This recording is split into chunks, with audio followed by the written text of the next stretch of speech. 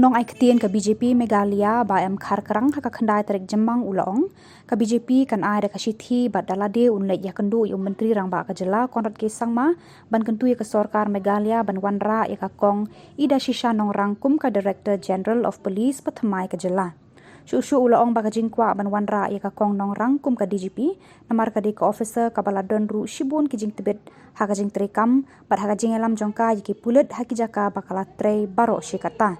nalor kata kelapa hukum ke officer ke bala ai ke jing syakri ke bakhuj basubaya ki padba hakeleng ki jaka baka tre menshwa yang jong state BJP ngila kwa ni kundu chief minister honorable chief minister la kam katuk ani singi tamangi kami olat marbum dan post station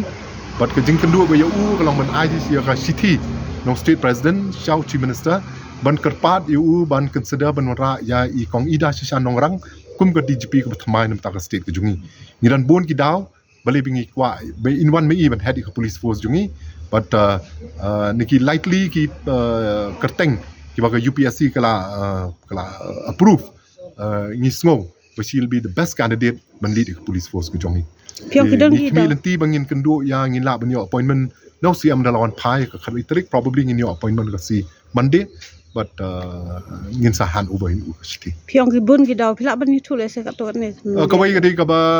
mena gade ide local officer nang ni and she has enough of experience mdai tang ni po state la jongru ila serve chepo eastern range ila serve chepo western range nang ta ila don po IB intelligence bureau po Delhi and ka state police ka ja tray ya janmat ko ka IB department but ka IB intelligence bureau but kini ki baru khat kin in longer jingmatoy bo sikat day and tak state jongi but idai and one of the most important thing is he is an upright very upright police officer namanga he personally ngai tray daw Niyo ipat baka kerteng jong ikong Nongrang nadu wisna balade bro kalami rai iklam la no the thing is he namar swa in the last swa bandra DG man ta ka kerteng jong ka klamdon na po number 5 dai ni daw ki ke mar ki dang bun ki ban senior bakam senior ban yi aga service jadi menta badeng ni lab ka kerteng jong ka wan ka panel hi ka wan kong app teknik menta kenti la kerben le ba ni kerman ba nginyo